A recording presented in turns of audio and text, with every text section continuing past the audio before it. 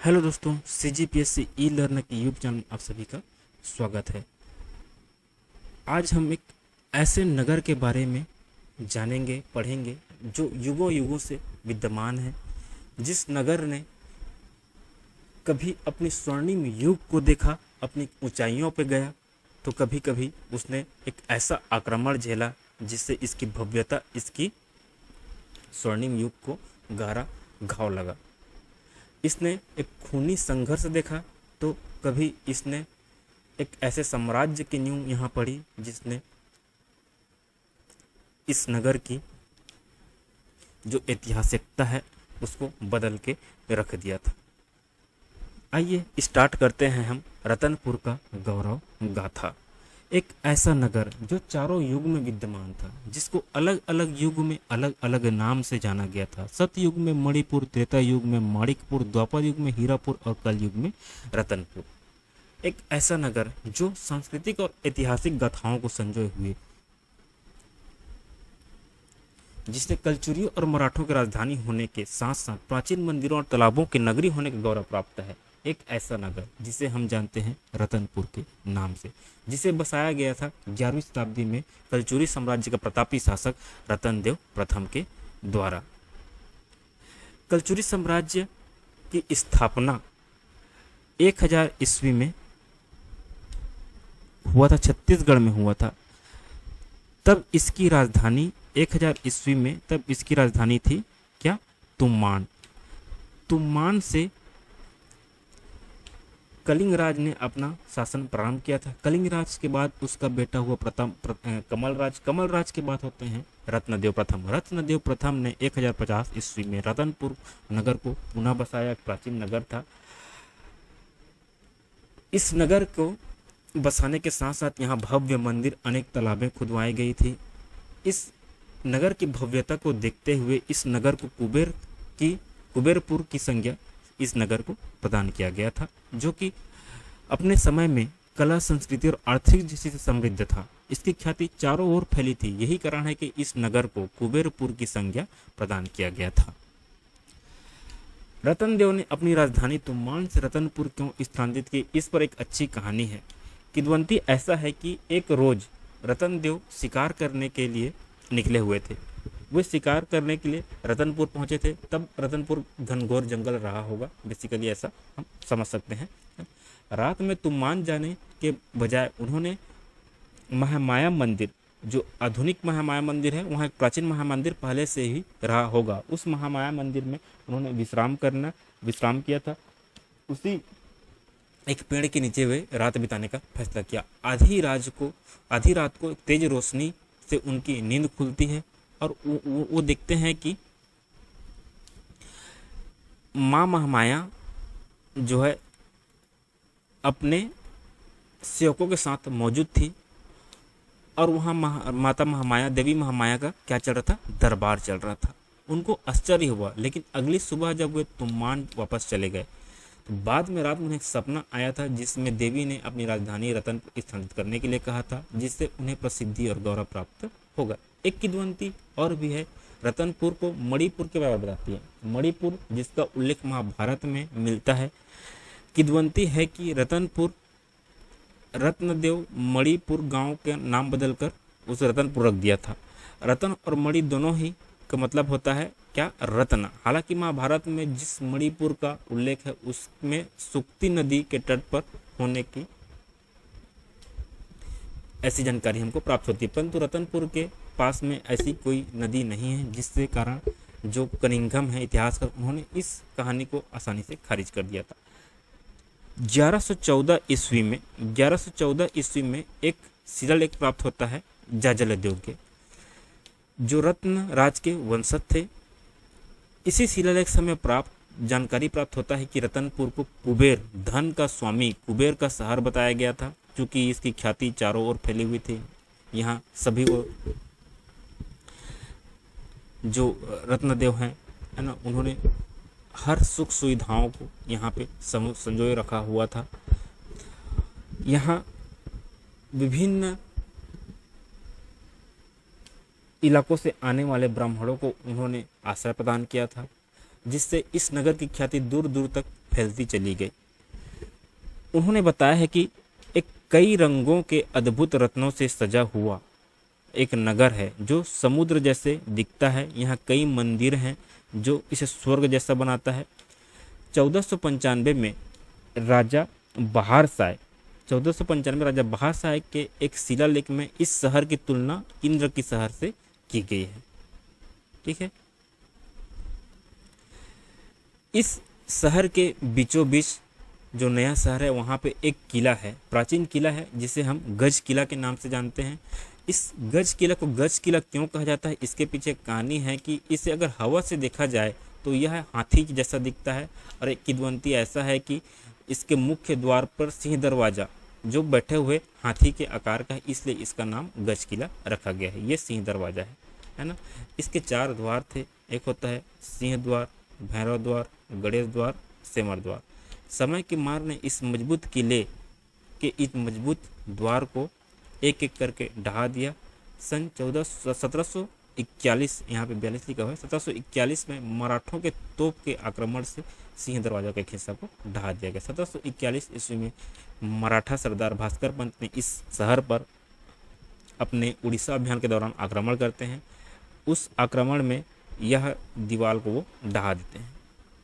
ठीक है, रतनपुर ने अपनी राजधानी तुमान से रतनपुर स्थानांतरित की थी, इसलिए उन्होंने इस शहर के सुरक्षा के लिए यह किला को बनवाया था जिसे हम गज किला के नाम से जानते हैं।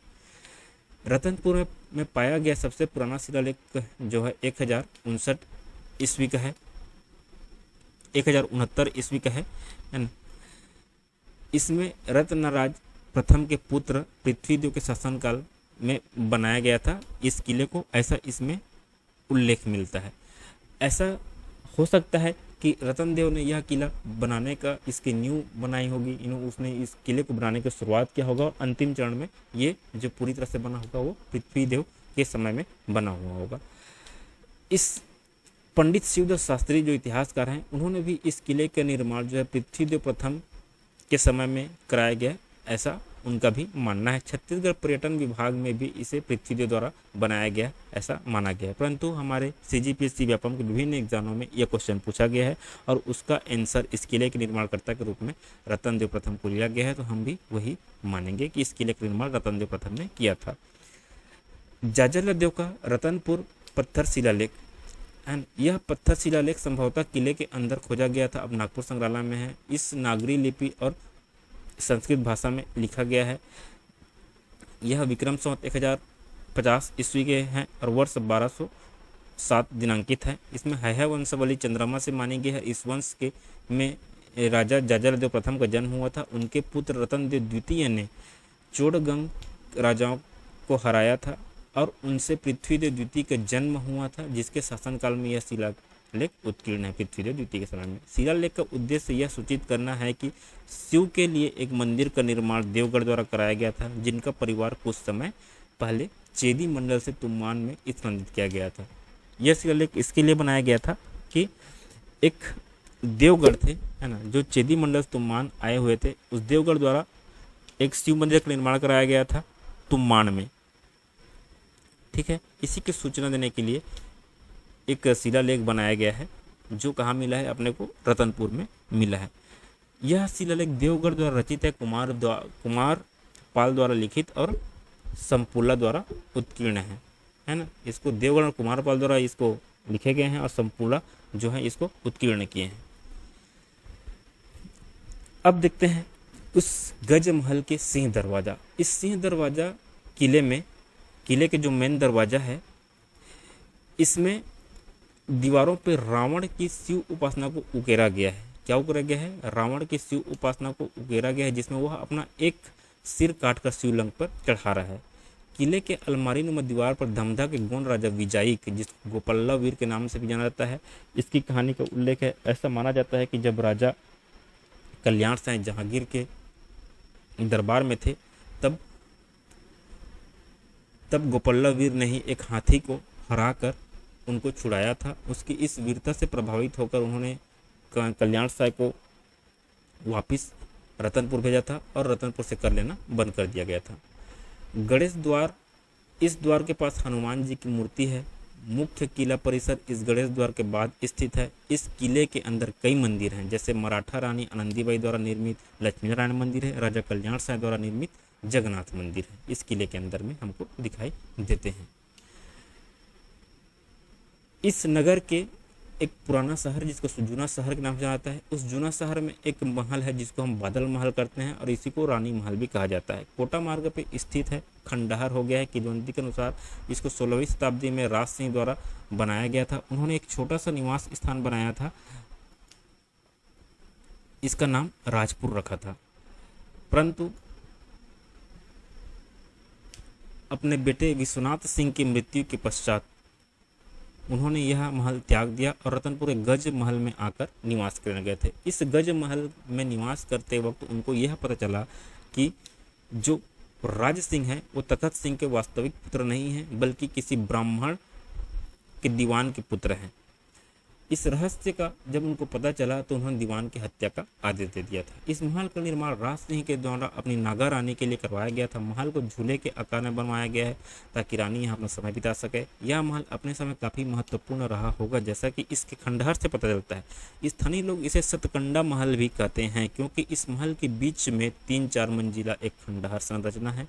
इस मंदिर के आसपास कई तालाब हैं और उसमें से एक पुराना कुआं भी है। लोगों का कहना है कि इस कुएं का एक तल सुरंग है जो कि बिलासपुर के एक तालाब से जुड़ती है। बिलासपुर के बेसिकली तालाब नहीं है, बिलासपुर के गोल बाजार रोड में है ना, गांधी चौक से जब आप गोल बाजार वाले रीच से जाएंगे तो वहाँ पे एक बौली कुआं है।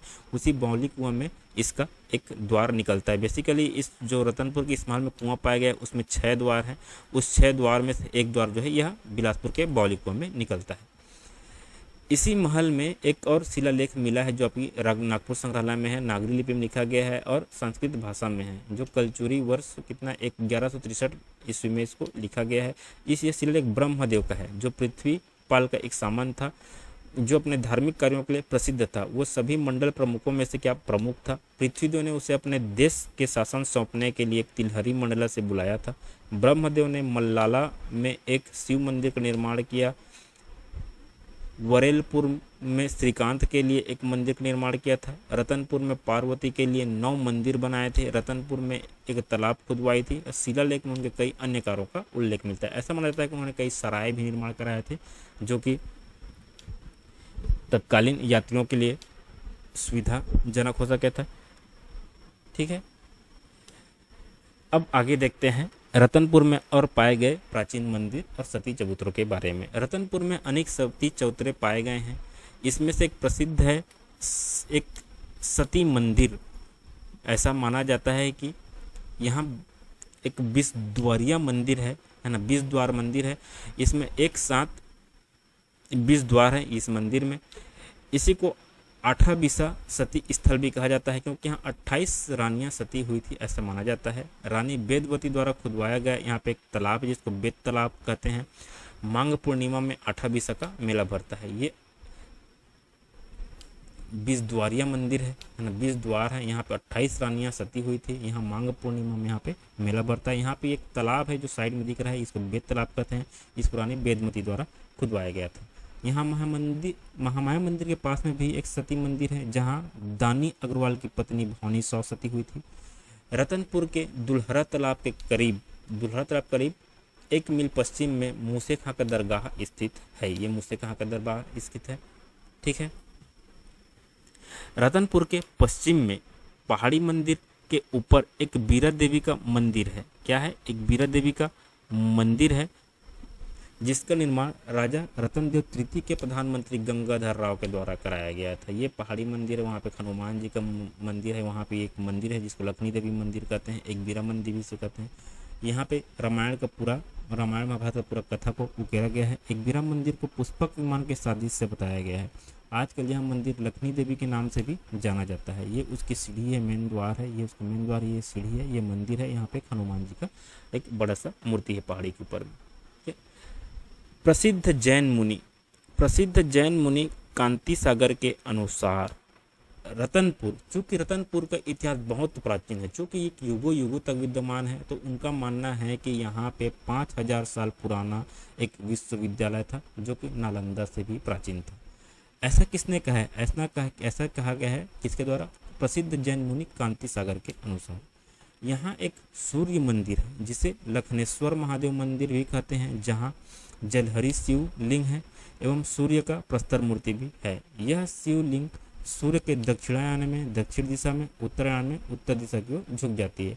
नगर के पूर्व में भैरव जी का मंदिर है, जहाँ पे 9 फुट ऊंची मूर्ति स्थापित है। मंदिर से एक विशाल कुंड है जिसका निर्माण बाबा ज्ञानगेरी द्वारा कराया गया था। विशाल कुंड था।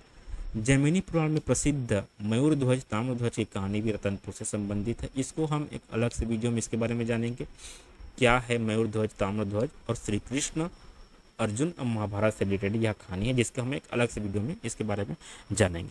ठीक है। किले के पश्चिम में है ना, जो गज किला है उसके पश्चिम दिशा में जो प्राचीन मंदिर है, क्या है, महामाया मंदिर स्थित है। इसका निर्माण रत्नदेव द्वारा कराया गया था। कब कराया गया था? इसको 11वीं शताब्दी में 1050 ईस्वी के आसपास को कराया गया था। समय के साथ साथ इस मंदिर का जीर्णोद्धार कलचुरी शासकों के द्वारा किया गया था। इस मंदिर के सभागृह निर्माण राजा बहार शाह द्वारा कराया गया था, जिसमें तिथि अंकित है 1495 संवत और 1252 ईस्वी, जिसके शिल्पी हैं कौन? चित्तक द्वारा उत्कीर्ण किया गया है। वर्तमान युग में रतनपुर का प्रतीक जो है वो यही मंदिर है। क्या है? महामाया मंदिर। तो देखिए महामाया मंदिर के बारे में देखते हैं। वर्तमान में एक हालिया निर्माण जो संभवतः प्राचीन मंदिर के स्थान पे खड़ा हुआ है। जैसा कि हमने एक किद्वंती में सुना है कि जब तुम्बाड़ से रतनपुर, जब वो राजा रतन जो शिकार करने के लिए आते हैं तो वो मंदिर के सामने विराजमान होते हैं, वहाँ पे विश्राम करते हैं, उस पेड़ के नीचे वो विश्राम करते हैं। वहीं पे उन्होंने महामाया देवी का एक झलक देखा था, है ना। तो ऐसा संभव हो सकता है कि उस प्राचीन मंदिर के स्थान पर एक नया मंदिर बनाया गया था, जिसके मंडप 16 सादे स्तंभ पर टिका हुआ है। गर्भगृह में 2 मूर्तियां हैं, एक महिषासुरमर्दिनी के रूप में महामाया की और दूसरी सरस्वती की। माना जाता है कि सरस्वती की छवि अब विलुप्त हो चुकी है। इस मंदिर का निर्माण किसने और कब कराया यह ज्ञात नहीं है। चूंकि 1050 ईस्वी में इसको रतनदेव द्वारा पुनः निर्माण कराया गया था, तो हम ऐसा मानते हैं कि उसको रतनपुर द्वारा इसका निर्माण कराया गया था। ठीक है। शायद बहुत आदिम अवस्था में रत्नदेव ने उसके चारों ओर एक और मंदिर का निर्माण करवाया था। छत्तीसगढ़ पर्यटन विभाग के ब्रोशर में यह कहा गया है कि मंदिर का निर्माण राजा रतनदेव द्वारा 1050 ईस्वी में करवाया गया था। 1045 ईस्वी में राजा शिकार पर मणिपुर आए थे, जहां उन्होंने रात भर रुककर देवी की उपस्थिति को देखी थी। उन्होंने इस मंदिर का निर्माण करवाया और अपनी राजधानी भी तुम्बाड़ से मणिपुर स्थानांतरित कर दी। इस प्राचीन गाँव का नाम रतनपुर रख दिया था। मंडप के प्रवेश द्वार पर 2 शिलालेख हैं, लेकिन उनमें कोई भी मंदिर के निर्माण के बारे में नहीं बताता। यह शिलालेख है राजा जो बाहर से आए हैं 1495 के हैं, उन्होंने इस मंडप का निर्माण कराया गया था मंदिर का। ठीक है। अब देखिए कहानी ये है कि जो रतनपुर है ना, रतनपुर वर्तमान, उसको प्राचीन काल में मणिपुर कहा जाता था। मणिपुर के 5 खंड होते हैं, 5 खोल होते हैं, है ना। एक होता है क्या? तुम्बाड़ खोल। क्या है? एक तुम्बाड़ खोल, एक नल खोल, देवी खोल, भैरव खोल और बारा खोल। चूंकि ये उनके प्राचीन नाम भी हैं, है ना। चूंकि मणिपुर जो वर्तमान में रतनपुर नाम जाना जाता है, इसका एक नाम देवी खोल भी है। तो प्राचीन काल में रतनपुर देवी खोला के नाम से जाना जाता था। इस नाम से स्पष्ट है कि इस स्थान पर देवी का आशीर्वाद था, और बाद में रतनपुर ने इसे रत्नदेव ने इसे रतनपुर के रूप में विस्थापित किया था। जो मंदिर के दीवारों पे शिलालेख हैं, है ना, द्वार के बाईं ओर है, उस नागरी लिपि संस्कृत भाषा में 5 पंक्तियां हैं।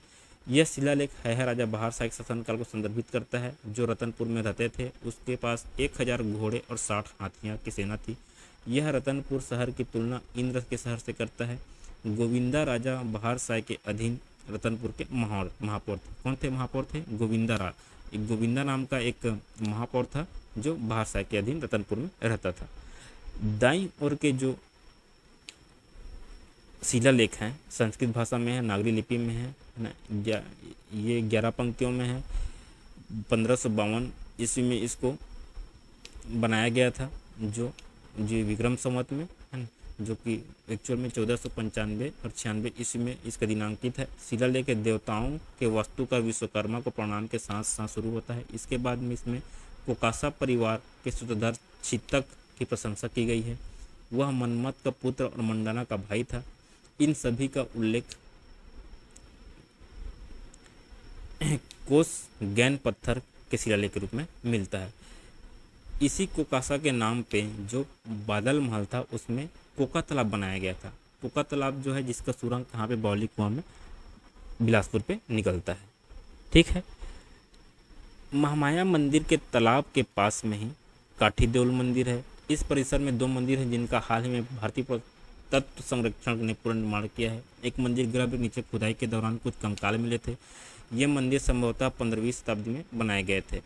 बेसिकली हमको कंकाल तो मिले हैं, परंतु यह किसी का मठ होगा ऐसा नहीं माना जाता, क्योंकि हिंदू राजाओं में इस प्रकार के दफना के उसके ऊपर मंदिर बनाने की घटनाएं हमको जानकारी प्राचीन इतिहास में मिली नहीं है। बड़ा मंदिर जो है शिव को समर्पित है, अष्टकोणीय शिखर के साथ निर्मित है। इस बाहरी दीवार पे कई प्रतिमाएं जड़ी हुई हैं। आपको चामुंडा, शिव, पार्वती, विष्णु, सालभंजिका की मूर्तियां मिलेंगी। 3 पट्टियों वाला एक अजीबोगरीब सीधा पत्थर है, यह संभवतः शिव के लिंग के रूप में दर्शाता है। इन मंदिरों में जैन तीर्थंकरों की मूर्ति भी बहुतायत में दिखाई पड़ता है। ठीक है। प्राचीन समय से ही यह नगरी धार्मिक, आर्थिक, सांस्कृतिक रूप से प्रसिद्ध नगर था। रतनपुर का जो इतिहास युग से चला आ रहा है, पौराणिक कथाओं में इसका उल्लेख मिलता है, महाभारत में मणिकपुर के नाम से, परंतु ऐतिहासिक रूप से इसको प्रसिद्धि कलचुरी काल में मिली थी, जहां इस साम्राज्य के शासकों ने अपने समय में 1000 से 1741 के बीच तक इस नगर की प्रतिष्ठा स्थापित करने में कोई कसर नहीं छोड़ा। समय का खेल है, जब वक्त ने करवट बदली तब रतनपुर की प्रतिष्ठा को गहरा धक्का लगा। 1741 में मराठा सेनापति भास्कर पंत उड़ीसा अभियान के दौरान रतनपुर पर चढ़ाई कर दी थी। तब कलचुरी शासक रघुनाथ सिंह रतनपुर पर शासन कर रहे थे। इस आक्रमण से कलचुरी साम्राज्य का पतन हो गया था। रतनपुर मराठों की राजधानी बनी रही, लेकिन रतनपुर की प्रतिष्ठा पहले जैसे नहीं रही। इसकी जानकारी हमको अनेक अंग्रेज यात्रियों के रूप में, ये जो उनके लेख उसमें मिलता है, जैसे कि जेडी बेगलर ने 1873 में रतनपुर का दौरा किया था। उन्होंने अपने लेख में लिखा है कि एक गांव जो जीर्ण शीर्ण अवस्था में पड़ा है, जो गंदे तालाबों और दलदलों से भरा हुआ है, जिसके कारण यहाँ के निवासी अस्वस्थ हैं, बीमार हैं। अधिकांश निवासी पूरी तरह से बीमारियों से पीड़ित है। इसमें कई जगह स्थायी निवासियों को स्वस्थ रूप में देखना वास्तव में दुर्लभ है। उनके शब्दों में सभी बीमार हैं और शहर क्षय और गंदगी से ऐसा नज़र आता है कि जिले में सबसे ज़्यादा गंदगी है और सिर्फ चंदा जिले के वैरागढ़ से ही मिलता जुलता है। उन्होंने यहाँ भी उल्लेख किया है कि अधिकांश मंदिर का हाल ही के समय के हैं, हालांकि कुछ का निर्माण प्राचीन मंदिरों के स्थान पर उनकी सामग्री का उपयोग करके किया गया हो सकता है। मंदिर के सामग्री का उपयोग किले और किले के अंदर के एक इमारत बादल महल के निर्माण में भी किया गया है। अनेक यात्रियों ने लिखा हुआ है कि तत्कालीन समय में यहाँ पे छोटे छोटे गाँव हैं, छोटे छोटे घर हैं, व्यापारिक रूप से भी यह महत्वपूर्ण नहीं रहा गया था। अब इसके जो यहाँ पे रायपुर और बिलासपुर जो और नगर बस गए थे, वे बहुत अधिक विकसित हो चुके थे इस नगर की तुलना में। ऐसा अनेक यात्रियों ने अपने लेखों में उत्कीर्ण किया है। यहाँ तक ये भी कहा गया है कि जो यहाँ के कमोमिसदार थे, जो राजा के अधीन यहाँ का शासन चलाते थे, उनके महल को भी एक झोपड़ी अनुमा बताया गया है। तो ये थी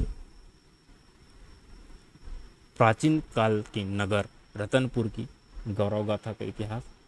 अब इसके आगे हम और कहानी इस साम्राज्य के बारे में जानेंगे, जो कि कलचुरियों, जब कलचुरियों के बारे में हम अध्ययन करेंगे तब आगे इसके बारे में हम लोग देखेंगे। ठीक है, तो इसी के साथ यह वीडियो समाप्त होता है।